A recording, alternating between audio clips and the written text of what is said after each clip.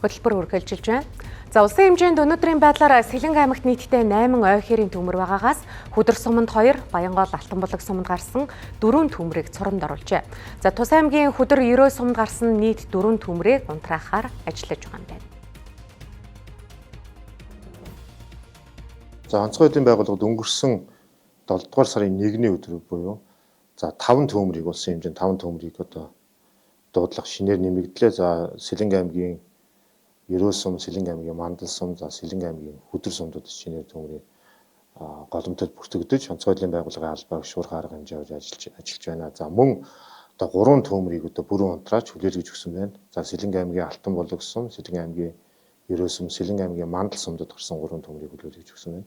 За 7 сарын 2-ны өдрийн өнөөдрийн нөхцөл байдлын хувьд улсын хэмжээнд 8 удаагийн ойрын төмрийн голомт дээр онцгой эдийн байгууллагын 350 гаруй албаагч, орон нутгийн 100 гаруй албаагч нийтдээ ингээд 450 гаруй албаагч одоо төмрийг бүрэн унтраагаад за хяналтанд авахар ингээд ажиллаж байна. Тэгвэл улсын хэмжээнд он гарснаас хойш 12 аймгийн 65 сумд за нийслэлийн 3 дүүрэгт нийтдээ 149 удаагийн ойрын төмрийн дуудлага мэдээлэл онцгой эдийн байгууллагад бүртгэгдсэн байна. За энэ нь өнгөрсөн оны мөн үетэй харьцуулахад 50.8%-аар одоо өссөн үзүүлэлттэй байна.